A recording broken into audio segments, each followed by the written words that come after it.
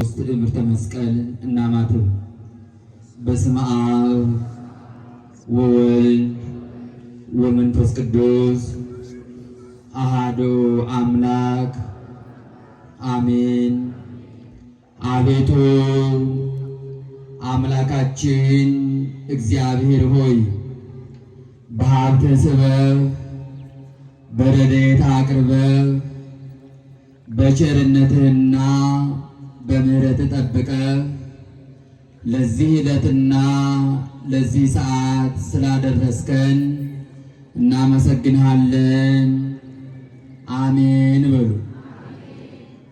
እማ አምላክ ወላዲተ አምላክ የጌታዬ እናቱ ድንግል ማርያም ሆይ በአማላጅነትሽ እንድታስምሪን ከመከራ ሥጋ ከመከራ ነፍስ እንድትጠብቂን በመስቀለ ብርሃን እንድትባርኪን በአንቺ እንማጸናለን።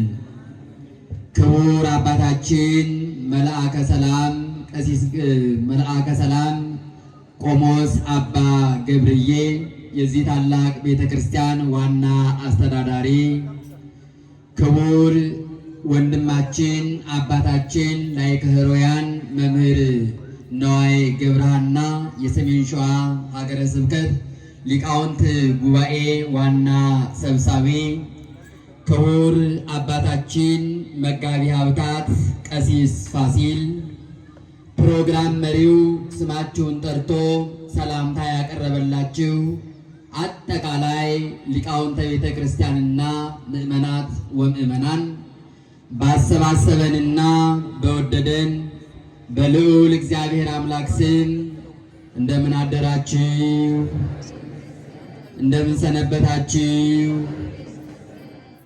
እግዚአብሔር ይመስገን ብለን ስሙን እንድንጠራው ስለረዳንና ስለፈቀደልን አምላካችን እግዚአብሔር ስሙ ለዘላለም ይክበር ይመስገን።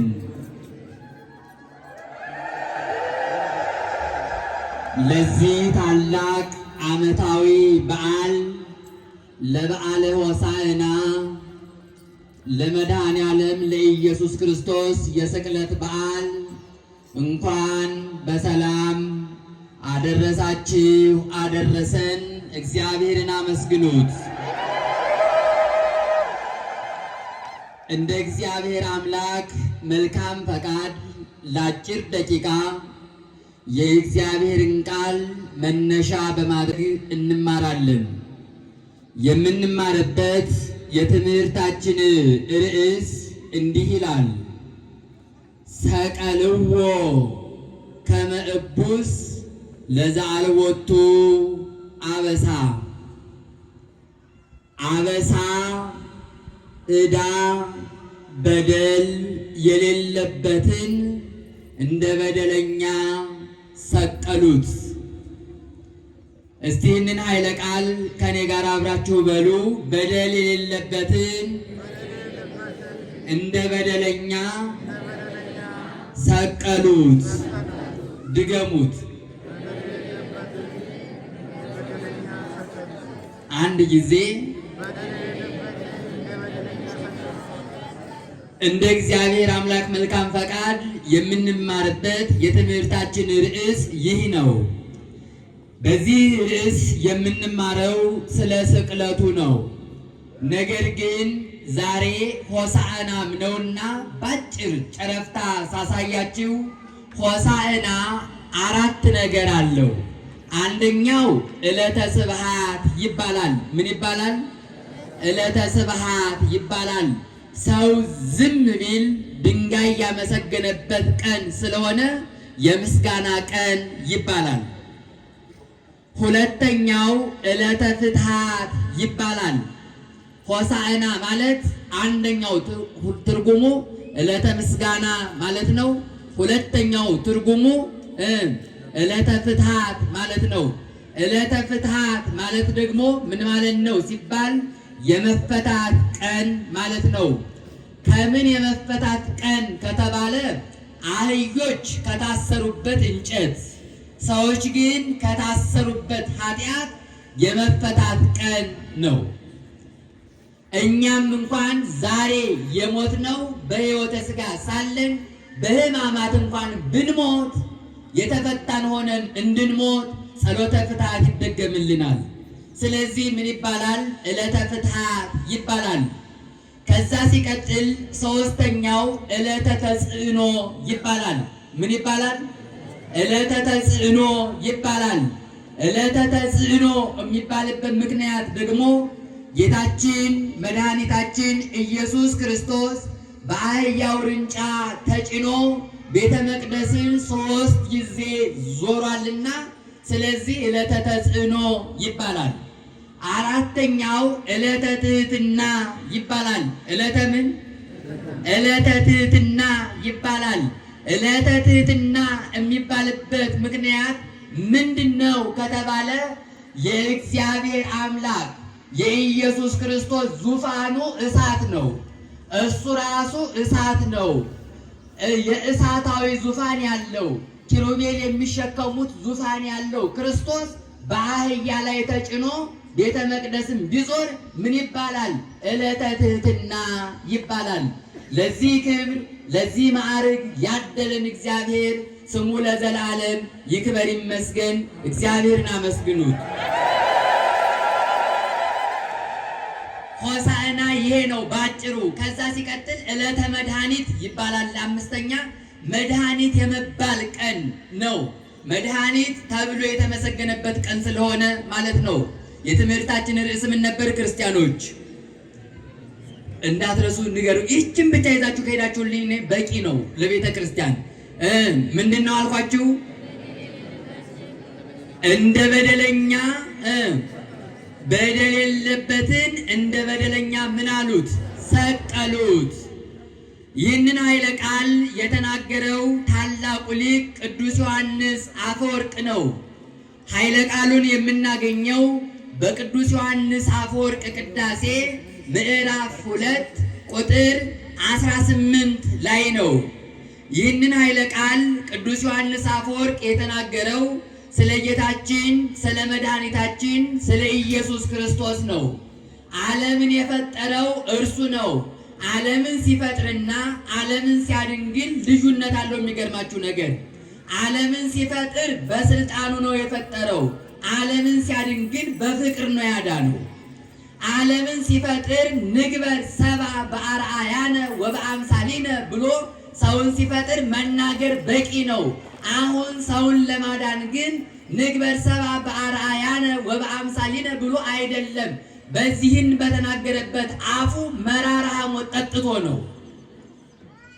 ይህን መራራ ሐሞት ስለጠጣው ስለ ኢየሱስ ክርስቶስ ሲናገር ምን አለ? በደል የሌለበትን እንደ በደለኛ ሰቀሉ ይላል። ባጭሩ ስናየው ጌታችን መድኃኒታችን ኢየሱስ ክርስቶስ ከሰማየ ሰማያት መጥቶ ከድንግል ማርያም ተወልዶ 33 ዓመት ከ3 ወር ወንጌልን አስተምሮ ዑደተ ሆሳዕናን አድርጎ ከዚያ በኋላ እናንግስህ አሉት። ሕዝቡ ምን አሉት? እናንግስህ አሉት። እናንግስህ ሲሉት ሸሸ። እንስቀልህ ሲሉት ግን እሺ አለ። ክብርና ምስጋና ለእርሱ ይሁንልን።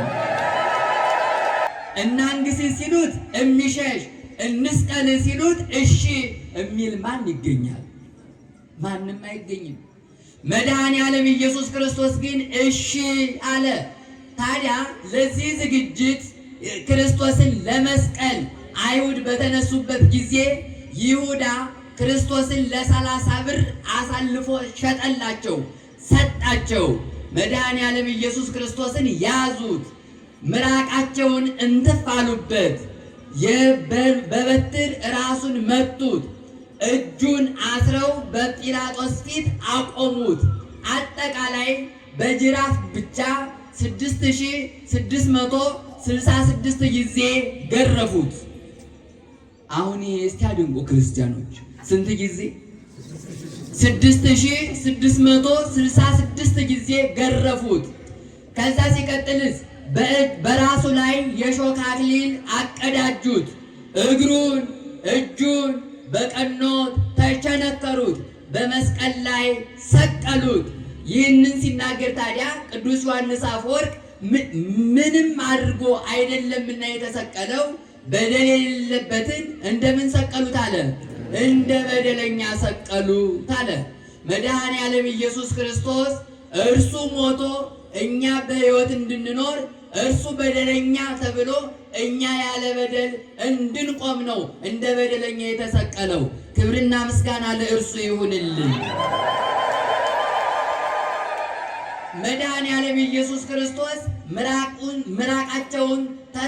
ምራቃቸውን ተፍተውበታል፣ በጥፊ መተውታል፣ ልብሱን ገፈውታል። አጠቃላይ ውሃቤ ሕይወትን የሚያድለውን ሙታንን የሚያስነሳውን ለምጻምን የሚያነጻውን ክርስቶስ ዘብተውበታል አይሁዳውያን። እና ይህ ሁሉ መከራ የልዑል እግዚአብሔር አምላክ ቤተሰቦች እንደዚህ ስንናገረው ለጊዜ ብዬም እኔም እንደው ወአይ ልሳን ወአይ ከናፍር ዘይግል ይትናገር ሕማማቲሁ ለወልድ የወልድን ሕማም የወልድን ሞት የወልድን መከራ የኢየሱስ ክርስቶስን ስቃይ ሊናገር የሚቻለው ምን አንደበት ነው? ምን አፍ ነው? ምን ከናፍር ነው እያለ ያደንቃል። አይቻልም። መድኃኔ ዓለም ኢየሱስ ክርስቶስ በቸርነቱ ያኑረን እና ይህን ሁሉ መከራ ሲቀበል እናቱ ድንግል ማርያም ግን የት ነበረች? እናቱ የት ነበረች? ይህንንም ማየት ያስፈልጋል። ልጇ ኢየሱስ ክርስቶስ በቀራንዮ አደባባይ ራቁቱን ሲሰቀል ድንግል ማርያም ደግሞ የት ነበረች? እመ አምላክ ድንግል ማርያም መስቀል ስር ናት ብላችሁኛል። መልካም ነው። ይህን ሁሉ መከራ ሲቀበል እናታችን ድንግል ማርያም በቤተ ዮሐንስ ነበረች፣ ዮሐንስ ቤት ነበረች። ከዚያ ልጅሽ ወዳጅሽ ኢየሱስ ክርስቶስ በአይሁድ አደባባይ በቀራንዮ ሊሰቀል ነው ነይ ብሎ ቅዱስ ዮሐንስ ወንጌላዊ ጠራት። በሰማይ ምልክት ሲደረግ ይሄ አሁን ልጄ ሞቷል፣ ይህ ፀሐይ መጨለሙ ጨረቃ ደም መሆኑ ከዋክብት መርገፋቸው የልጄ የሞቱ ምልክት ናቸው ብላ ከቤተ ዮሐንስ ወደ ቀራንዮ አደባባይ ስትሄድ እንባዋን እያፈሰሰች ትሄዳለች። በአደባባይ የተሰበሰበው ሰው ግን ማነች እቺ? እንዲች አይነት ሰው አይተን አናውቅም ይላል። ደግሞ አንዳንዶቹ ልቅሷን እየሰሙ ይችስ እንዲህ ያለ ልቅሶ የሚያለቅስ አይተን አናውቅም፣ እናቱ ናት መሰለ ይላሉ። እመ አምላክ ድንግል ማርያም ግን ልጇ ኢየሱስ ክርስቶስ ከተሰቀለበት አደባባይ ለመድረስ እንባዋን እያፈሰሰች እየፈጠነች ትሄድ ነበረ። ስታለቅስም ስትሄድ ልጇ ኢየሱስ ክርስቶስ በቀራንዮ አደባባይ ራቁቱን ሆኖ ተሰቅሎ አየች። ራቁቱን ሆኖ ተሰቅሎ ስታይ እንዲህ አለች፣ ልጄ ኢየሱስ ክርስቶስ ሆይ መስቀሉን ይስቀሉ፣ ለምን ራቁትህን ይሰቅሉሃል? ለምን ራቁትህን ይሰቅሉሃል? መስቀል እኮ በራሱ በጣም ከባድ ነው አይደለ? ነገር ግን ለምን ራቁትህን መስቀል አስፈለገ? ልጄ መስቀሉን ይስቀሉ፣ ነገር ግን ውሃ ጠማኝ ስትላቸው ለምን ቆምጣጤ ሐሞት አጠጡ? ሰው እንኳን በሚሞትበት ጊዜ ውሃ ስንቁ ይባላል፣ ውሃ ጋቱት ይባላል። የድንግል ማርያም ልጅ ኢየሱስ ክርስቶስ በሚሞትበት ጊዜ የተሰጠው ውሃ አይደለም፣ መራራ ሐሞት ነው። እና ድንግል ማርያም ልጄ ውሃ ጠማኝ ስትላቸው ለምን መራራ ሐሞት ሰጡ? ልጄ ግብፅ ለግብፅ የተንከራተኩብህ፣ ልጄ በረሃ ለበረሃ የተሰደድኩብህ ከሞት ላላድንህ ነው ብላ ምርር ብላ ታለቅስ ነበረ። ይህንን ሐዘን ይህንን መከራ መናገር አይቻልም። ታላላቆቹ ሊቃውንት እና አባ ሕርያቆስ በደረሱት ድርሳናቸው ለሐማርያም በሚባል ድርሰታቸው አርቀው አምልተው አስፍተው ተናግረውታል። እናንተ ብታዩት እናንተ ብትሰሙት ምናልባት አይምሮ ሊሸከመው አይችልም። ልጁ በመስቀል ላይ ራቁቱን ተሰቅሎ እንባ የማይወርደው ማን ነው? ማንም የለም። ድንግል ማርያም ልጄ አንተ ያለ እህት ነህ፣ እህት የለህም፣ አንተ ወንድም የለህም፣ አንተ ብቻ ነህ ያለኝ፣ አንተ ሞትክብኝ እያለኝ ምርር ብላ ታለቅስ ነበር ድንግል ማርያም። እውነት ነው። ሁለት ልጅ ያለው አንድ ልጁ ቢሞት በአንድ ልጁ ይጽናናል። ድንግል ማርያም ግን ወይ ከሱ በላይ ሌላ ልጅ የላትም፣ ወይም ከሱ በታይ ሌላ ልጅ የላትም። አንድ ልጇ በመስቀል ላይ ተሰቅሎ ሲሞት እንደምን አታለቅስ? ታለቅሳለች። ምርር ብላ አልቅሳለች። በዚህ ጊዜ ነው ጌታችን መድኃኒታችን ኢየሱስ ክርስቶስ በዚህ ቅዱስ መስቀል ስር ቆማ ምርር ብላ በምታለቅስበት ጊዜ እነሆ እናትህ፣ እነሆ ከዛሬ ጀምረህ ውሰዳት፣ እነሆ ልጅሽ ከዛሬ ጀምሮ ውሰጂው ተብሎ የተሰጣት ነዋ ወልድኪ ነያ እምከ፣ እነሆ እናትህ፣ እነሆ እናትህ፣ እነሆ ልጅሽ ተብሎ በዚህ ጊዜ ለቅዱስ ዮሐንስ ወንጌላዊ ተሰጠው። ሰው ሲሞት ለልጁ ሀብትን ያወርሳል። ሰው ሲሞት ለልጁ ያለ ነገሩን ይሰጣል።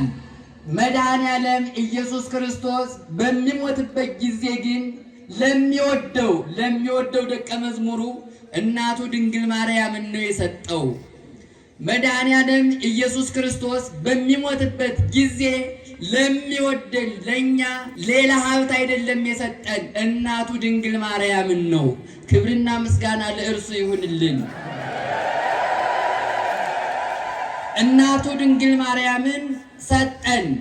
ይህ የልዑል እግዚአብሔር አምላክ ቤተሰቦች በጣም የመድኃኔዓለም የኢየሱስ ክርስቶስ ስጦታ ነው። ቸርነቱ ሁላችንን ይጠብቀን። የእመ አምላክ የድንግል ማርያም ምልጃዋ ጸሎቷ ሁላችንን ከመከራ ሥጋ ከመከራ ነፍስ ይሰውረን። ድንግል ማርያም እንዲህ እያለች አለቀሰች። ልጇ ኢየሱስ ክርስቶስ ግን በቅዱስ መስቀል ላይ መራራ ሞትን ቀመሰ። ይህ የሞተው ለምንድን ነው ከተባለ ህድግዎሙ ለእሉ ይሁሩ ይላል። እነሱን ተዋቸው ይላል።